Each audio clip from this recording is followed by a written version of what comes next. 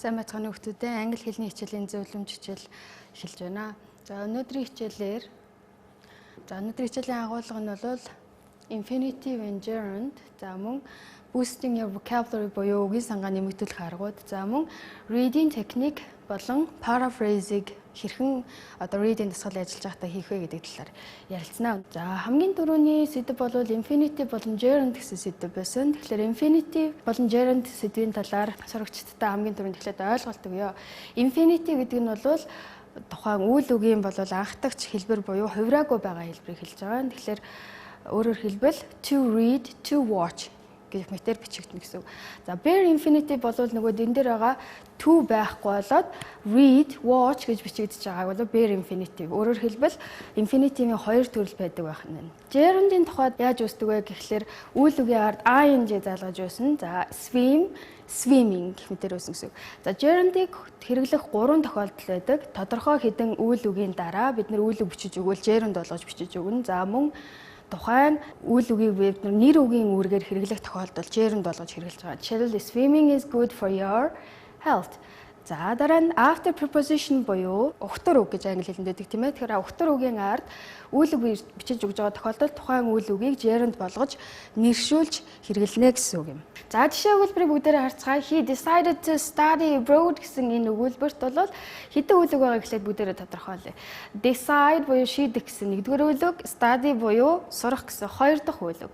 Тэгэхээр энэ хоёр үйл үгийг бид нар яаж холбож бичиж гин вэ гэхлээр тэр to-гээр холбож байгаа буюу infinitive хэлбэрээр холбож байна. Дараа нь Sarah enjoys reading гэсэн өгүүлбэрт enjoy буюу like гэсэн утгатай үйл үг. За мөн read буюу унших гэсэн утгатай энэ хоёр үйл үгийг бид нар яаж холбож гин вэ гэхлээр read гэдэг үгийн ард ing залгаж буюу gerund хэлбэрээр бичиж холбож гинэ гэсэн үг. Тэгэхээр өөрөөр хэлбэл хоёр үйл үг зэрэгцээд нэг өгүүлбэрт хэрэглэгдэж байгаа тохиолдолд энэ хоёр дахь үйл үгийг gerund хэлбэрээр бичих үү, infinitive хэлбэрээр бичих үү, bare infinitive хэлбэрээр бичих үү гэж асуулт гарч ирнэ гэсэн. За ямар тохиолдолд gerund авах уу, ямар тохиолдолд to infinitive авах уу, ямар тохиолдолд bare infinitive авах вэ гэхээр энэ өмнө бичигдсэн үйл үгнээс шалтгаална. Өөрөөр хэлбэл decide гэдэг үйл үг маань ардаа to infinitive авдаг учраас to study гэж бичигдсэн байна. За тэгвэл enjoy гэдэг үйл үг маань ардаа gerund авдаг учраас reading гэсэн ing хэлбэртэй бичигдсэн байна гэдгийг ойлгоорой хүүхдүүд. За бүгдээрээ жишээ өгүүлбэрийг харцгаая. He promised to help with the decorations буюу бидэрт чимэглэл хийхэд тэр туслахаар амласан гэсэн утгатай өгүүлбэр байна. За promise болон decide гэсэн энэ хоёр үйл үг бол энэ өгүүлбэрийн гол үйл үг буюу main verb. Тэгэхээр энэ main verb бол ямар ч цаг дээр хувирсан байх боломжтой гэдгийг та бүхэн анхаараарай. Гагцгүй ард нь орж байгаа үйл үг бол to infinitive хэлбэрээр бичигдэнэ гэсэн. За бүгдээрээ 2019 оны эсэлтийн ерөнхий шалгалтын A вариантын 8 дугаар асуултыг харж байна. За энэ асуултанд бол mother wants him gap to the countryside during the summer. За тэгэхээр энэ дасгалын гол зорилго бол түрүүний бидний to infinitive хүүхдэд хэрэгжилж чадчихэв үгүй юу гэдгийг шалгасан юм асуулт байгаа. За тэгэхээр хариулт бол C хувилбар буюу to go гэсэн хариулт байсан. Тэгэхээр яагаад to go байгаа вэ гэдэг бид нар түрүү үздэлээ тийм ээ. Want гэдэг үгний араас to infinitive авна гэх. За гэтэл хүүхдүүдийн хариулсан хэлбэрийг харах юм бол C хувилбар буюу to go гэсэн хэлбэрийг нийт шалгуулагчдын 28.9% сонгосон байгаа. За тэгэхээр мөн A хариулт болох go гэдэг үгийг 20.4%, за D хариулт болох going гэсэн хэлбэрийг 27.3% сонгосон байна. Тэгэхээр эндээс бид нар юуг анзаарч харж болж байна уу гэхлээр go гэдэг маань bare infinitive хэлбэр, to go гэдэг маань to infinitive, за going гэдэг нь бол gerund хэлбэр. Тэгэхээр энэ гурван хэлбэрийн ялгааг хүүхдүүд маань төдийлөн сайн ялахгүй байгаа юм байна гэдэг гаргалгааг эндээс харж болох. Тэгэхээр өнөөдрийн хичээлдээр бид нар зайлшгүй энэ талаар давтаж сэргийн санах шаардлагатай байна. Бид нар 11 болон 12 дугаар ангидаа энэ gerund болоод infinitive-ийн талаар үздэг байгаа. За gerund араасаа дагуулж бичигддэг үйл үгс буюу өөрөөр хэлбэл ардаа үйлдэлээр авдаг үйл үгс гэсэн үг. Жишээ нь admit, suggest, consider, avoid, enjoy, like, hate, love, prefer. За enjoy-оос хойно байгаа тэр like, hate, love, prefer гэсэн үйл үгс маань general preference буюу би ер нь бол ийм юмд дуртай. Эсвэл ер нь бол ийм юм дурггүй гэж хэлж байгаа тохиолдолд ардаа gerund авна. Өөрөөр бол бид нар жишээ like, love дээр бол to авдаг хэлбэрийг мэднэ. Would like to, I would like to have tea гэж ярьдаг тийм ээ. I would love to гэх мэтээр ярьдаг. Тийм учраас Энийг бас л ялгаж ойлгох хэрэгтэй. Утгын хувьд бол бид нар ялгаж ойлгох шаардлагатай байна гэсэн үг юм. За жишээ үйлбэрийг харъя. He avoided answering my question. Avoid гэдэг маань зайлсхийх гэсэн утгатай. Юуны ард answer буюу хариулах гэсэн утгатай үйл үг нэмэгдэж орж ирж байна тийм ээ. Тэгэхээр энэ үйл үгийг бид нар gerund болгож нэршүүлж хэрэглэж байна гэсэн үг юм. Gerund-ыг мөн ямар тохиолдолд хэрэглэх вэ гэхээр түрүүн би дурдсан тийм ээ. Ухтар үгийн ард үйл үг орж ирж байгаа тохиолдолд тухайн ухтар үгийг ing заалгаж нэршүүлж хэрэглэнэ гэсэн үг. Жишээлбэл there is no point in getting angry with him. It's not his fault. Түүнд уурлах шаардлагагүй шүү дээ. Энэ бол түүний буруу биш гэсэн өгүүлбэрт байгаа no point in гэсэн expression нь өөрөө in гэдэг ухтураар төгссөн байгаа учраас get гэдэг үгийг ing заалгаж нэршүүлж gerund болгож хэрэглэсэн байна гэсэн. So we use bare infinitives after certain verbs. For example, after the modal verbs. Modal verbs are can, should, must, might, may. He should apologize to his parents.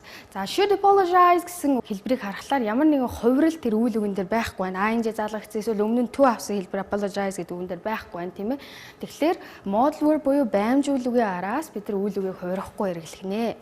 За let, make, hear, feel, see гэсэн эдгээр 5 үгийн ард бид нар үйл үгийн bare infinitive хэлбэр буюу to гүй infinitive-ийг хэрэглэж явна гэсэн үг. За жишээлбэл my father didn't let me stay out late. Let, stay гэдэг хоёр үйл үг бол хамт орж ирж ийн гэсэн үг. За энэ me гэдгийг бол та бүхэн их анзаарах шаардлагагүй. Ягаад гэвэл энэ me гэдэг нь let гэдэг үгнийхээ тусагдахгүй учраас яг өөрийнхөө тэр үйл үгнийхээ ард орж ирсэн байна. Тэгэхээр let, stay гэдэг хоёр үйл үг л хамт бичигдэж байна гэж ойлгох нь. Харин hear буюу сонсох гэсэн үйл үгийн тухайд бол ардаа bare infinitive болоо gerund-ыг авахаараа утгын хувьд ялгаатай болоод орж ирж байгаа. Жишээлбэл I heard Liz tell the story гэх юм бол тухайн хүний ярьсан одоо Liz-ийн ярьсан яриаг би эхнээс нь дуустал нь сонссон гэсэн утга гарч ирж байна. I heard Liz talking on the phone гэх юм бол зөвхөн тэр conversation буюу ярианы одоо хэсгийг нь сонссон гэсэн утга гарч ирж байгаа. Тэгэхээр энэ ялгамжаа утгыг бас хүүхдүүд маань сайн цээжилж ойлгох хэрэгтэй. За help бол их сонирхолтой. To infinitive болоо bare infinitive-ийг хоёулангийн араасаа дагуулж бичиж болно. Ямар нэгэн утгыг болвол ялгаа гарахгүй. He helped us to fix the computer. Өөрөөр хэлбэл to fix гэж бичиж болох нь эсвэл fix the computer. Аливаар нь бичиж болох нь утгын хувьд бол ялгаагүй гэсэн үг.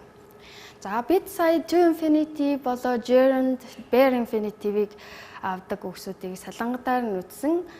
Зарим үйл үгс бол зөвхөн to infinitive, зарим нь бол зөвхөн gerund авж байгаа. За гэтэл to infinitive болоо gerund-ийг хоёулангийн ардаа авж дагуулж бичигдэж болдог хэд хэдэн үгс байдаг. За тэдгээрээс жишээ дурдвал try.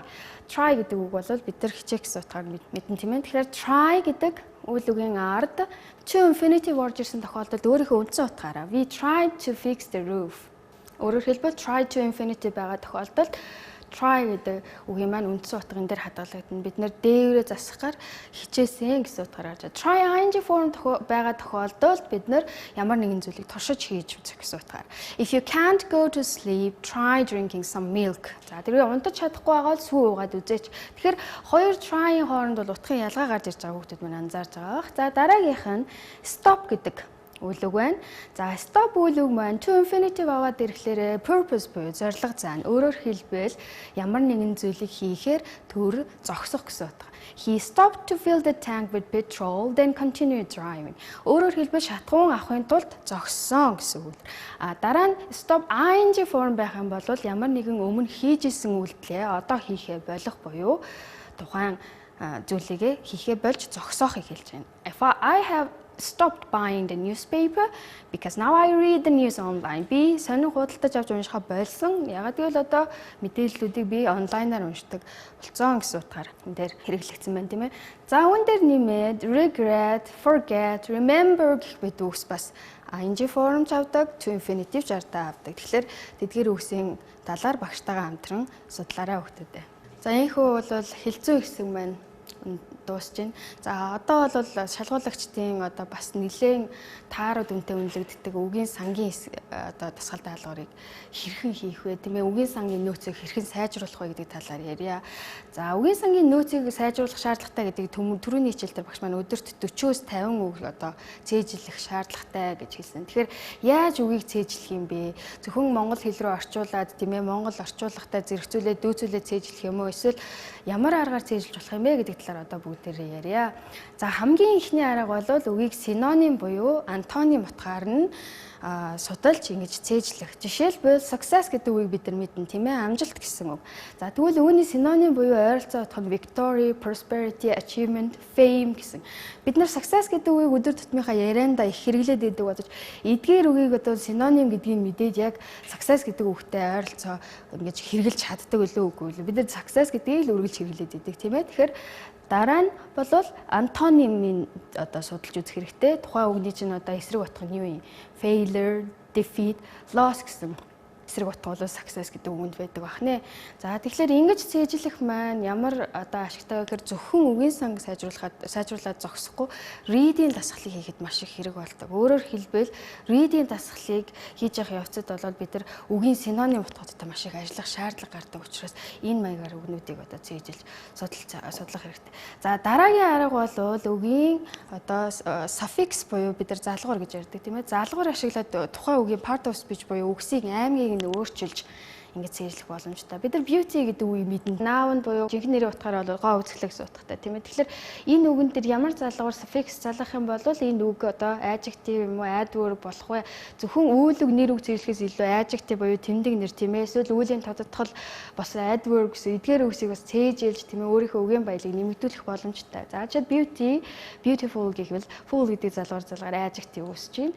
Beautifully за adjective дээрээ lee гэдэг залгуур залгаж adverb үүсгэж байна тийм ээ. За мөн хамгийн сүүлд бол beauty гэдэг noun-аас beautify гэдэг үйлэг үүсгэсэн. Ийм маягаар бас үгнүүдийг үгийн сангийн үгсийнх нь аймгийг өөрчилж бас цээжлэх боломжтой байна.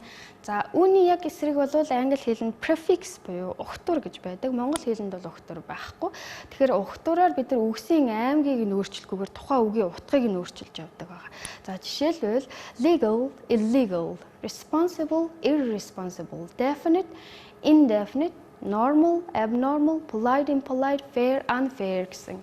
За энэ ill, ir, in, ab, im, an гэсэн эдгээр prefix-үүд байна. Negative prefix буюу тэмдэг нэрийн утгыг эсрэг утгатай болгож өөрчилж байгаа ийм prefix-үүд байгаамаа. За саяны миний ярьсан 2, 3 дахь арга бол англи хэлний word formation буюу үг бүтэх ёсны арга юм. Өөрөөр хэлбэл англи хэлэнд одоо тэмдэг нэр одоо adverb ч гэдэм үглийн тодотгол эсвэл үйл үг яаж үүсэж байгаа, яаж хуурж өөрчлөгдөж байгаа тэр талаар судалдаг ухааны word formation гэж хэлж байгаа. Тэгэхээр элсэлтийн ерөнхий шалгалтанд бол жил болгон word formation-ы дасгалууд бол орж ирдэг. Тийм учраас та бүхэн яг энэ талаар судалж үзээд багштайгаа хамтраад дасгалтай алгуур сайн ажиллаарай гэж зөвлөж байна. За хамгийн сүүлд бол бид нэр үгийг зөвхөн монгол хэл рүү орчуулж цээжлэхээс гадна үгийг англи хэлэнд тухайн одоо англи хэлэнд маань тэр үг ямар үгтэй хоршиж болох уу гэдэг тэр талаас нь бас судалж цээжилж болж байна. За жишээлбэл fine гэдэг үгийг бид good гэдэг утгаар нь мэднэ тийм ээ. Зарим тохиолдолд жинхэнэ нэр буюу noun-ы утгаараа бол торгуул гэсэн утгатай байдаг. Тэгэхээр бид нар торгуулыг яах вэ? Мэдээж төлнө тийм ээ. Тэгэхээр pay fine гэдэг үйл өгтөй хоршуулж цээжилж болж байна. За мөн энэ хоршоо үг үүсгэснийг he had to pay a fine for speeding гэх мэтэр өгүүлбэрт хэрэгжилж үзээд за ингэж үгнүүдийг цээжилж тийм ээ хэрэглээ болгож ингэж цээжлэх юм бол та бүхэнд маш их бол. За өөрөөр хэлбэл ингэж үгтэй ажиллах замаар одоо өөрт чинь суусан шинэ үг бол барагтаа бол мартагддаггүй. Тэгээд шинэ үгийн чинь чадвар одоо үгийн сангийн чинь нөө захиад ирэх тусмаа таны бичих болоод унших чадвар дагаж сайжирдаг. Reading хэсэгт хүүхдүүдийн маань оноо бас нэлээд сул дүнтэй дүгнэгддэг. За тэгэхээр яаж reading одоо том хэмжээний тийм ээ их тексттэй хэрхэн ажиллавал бас илүү үр дүнтэй болох талаар одоо ярья. За skimming болоод scanning хийх аргыг бол хүүхдүүд та бүхэн сонссон байх. За тэгэхээр урт хэмжээний одоо их үүдтэй бол skimming болоо scanning хийх аргаар ажиллах юм бол илүү үр дүнтэй байдаг. За skimming хийн гэдэг бол тухайн текстийг ерөнхийдөө гүйлгэж уншаад энэ одоо main idea буюу тухайн текст яг юуны тухай юм бэ гэдгийг ойлгохыг хэлж байгаа. За жишээлбэл skimming хийж явах үедээ бид юу уншиж болох вэ? За гарчиг болоод тийм ээ дид гарчгууд. За мөн одоо параграф болгон topic sentence гэж байгаа. Тэгэхээр topic sentence-ийг уншаад эсвэл параграфын хамгийн сүүлийн өгүүлбэрийг унших ч юм уу тийм ээ. Ингэж хурдан хугацаанд уншина гэсэн. Skimming хийж ийн гээл 10 минут юм уу 5 минут тэр текстээ уншаад зугаад байж болохгүй гэсэн. За хамгийн чухал skimming хийж явах явцдаа та бүхний хийх ёстой зүйл юу вэ гэхлээр keyword буюу хүний нэр тийм ээ, proper name, date гэх мэт мэдээлэл өгч болохоос тэр үгнүүдийг дугуулах хэрэгтэй, уншиж явах явцдаа дугуулах хэрэгтэй.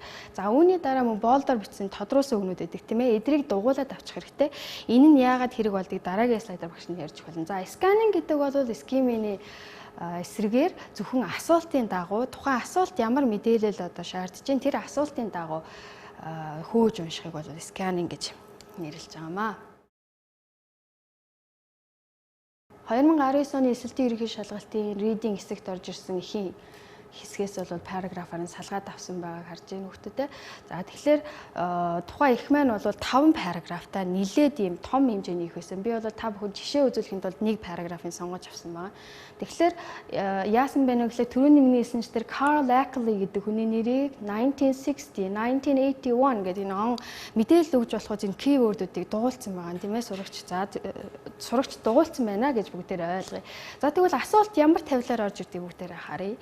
Carl Ackley. За нөгөө нэг keyword болгож дугуулж исэн хүн чинь яасан бэ гэдэг асуулт орж ирж байна тийм ээ. Тэгэхээр өөрөөр хэлбэл текст маань энээс илүү урт байгаа учраас Carl Ackley гэдэг хүний нэр хамгийн түрүүнд энд гарч ирж байгаа учраас одоо өөрөөр хэлбэл энэ асуултанд хариулахад та дээшээгээ ч юм уу эсвэл доошоогоо тэр хүний нэрийг хайхгүйгээр яг нөгөө skimming хийж явахдаа дугуулсан учраас уншаад одоо тэрийг шууд олоод одоо асуултанд хариулахад бэлэн болчихно гэсэн. Өөрөөр хэлбэл таны цагийг хэмнэж байна гэсэн үг. За хариулт нь бол help to protect the gorillas буюу энэ encourage гэдэг үгэн дээр гарч ирсэн ба.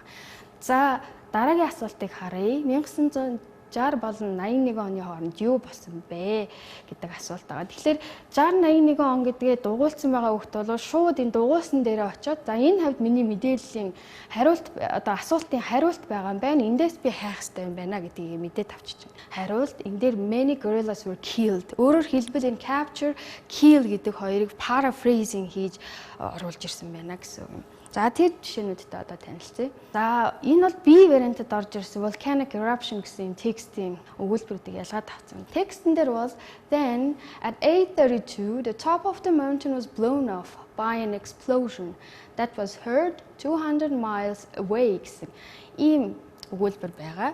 Тэгээ хариултан дээр болохоор юу гэж орж ирсэн байгаа вэ гэхээр асуулт нь болохоор when the volcano erupted the top of the mountain. Уулын орой яасан бэ? Галтуул дэлбэрэхээс өмнө уулын орой яасан гэсэн асуулт байгаа. Тэгээ хариулт нь was broken into pieces. Тэгэхээр энд байгаа тэр blow off гэдэг үйл үгийг энэ дээр break into гэсэн хэлбэрээр оруулж ирсэн байна. Тэгэхээр энэ бол синоним хэрэглэж оруулж ир. Өөрөөр хэлбэл энд байгаа үйл үг хариултан дээр бол давтагдаж яг адилхан хэлбэртэй орж ирдэг гэсэн. Энэ дээр бол reading-ийг challenging болгож байгаа хэсэг нь бол яг энэ байдаг. За дараа нь the volcanic cloud was so large and dark that it was said to have turned day into night. За тухайн үед өдөр байсан мэн тийм ээ тэр өдрийг бол яг шүн шиг юм хав харанхуй болгосон гэсэн утгатай одоо өгүүлбэр байгаа. Тэгэхээр энэ дээр бол асуулт нь the volcanic cloud made everything very dark. Turned day into night гэдэг маань өдрийг шөнө болгох буюу харанхуй болгох гэсэн утгыг энэ дээр made everything very dark гэсэн юм синоним утгаар нь гаргаж ирж байна гэсэн. Тэгэхээр миний түрүүний хэлсэн синонимыг сайн ойлгож хийжлэх нь бол хамгийн чухал байгаа шүү хүмүүстээ. За scientists say that the top of the mountain had been growing. За энэ дээр had been growing гэж орж ирж байгаа. Хариултан дээр яаж вэ? Getting taller буюу grow гэдэг үгийг get taller гэдэг синонимоор нь оруулаад ирсэн байгаа байхгүй юу? Мөн explosion буюу тесрэлт гэдэг үгийг eruption буюу галтуулын дэлбэрэлт гэсэн энэ синонимоор нь оруулж ирж өгсөн байна. Тэгэхээр энийг бол бид нар заримдаа paraphrasing буюу ойролцоо утгатай үгнүүдээр нь өгүүлбэрийг сольж найруулж бичих гэж ярилж байгаа. Тэгэхээр paraphrasing чадвар бол reading болоод writing чадварт маш их хэрэгтэй. Эндээс бид нар юг харж болох вэ гэхлээр асуултын хариулт бол тухайн текстэн дээр буюу бүтэн параграф дээр байна гэж байдаггүй. Өөрөөр хэлбэл нэгээс хоёр өгүүлбэрт л одоо тухайн асуултыг хариулт байдаг. Тухайн нөгөө keyword-өө сайн ашиглаад хаанаас би хариултыг хайж болох вэ гэдгийг сайн олоод тэгснийхээ дараа paraphrasing хийсэн байгаа эдгээр үгсээр ажиллана гэсэн юм. Өнөөдрийн хичээлийн анхаарал сонссон суралцагчдаа баярлалаа. Та бүхний шалгалтанд амжилт хүсье.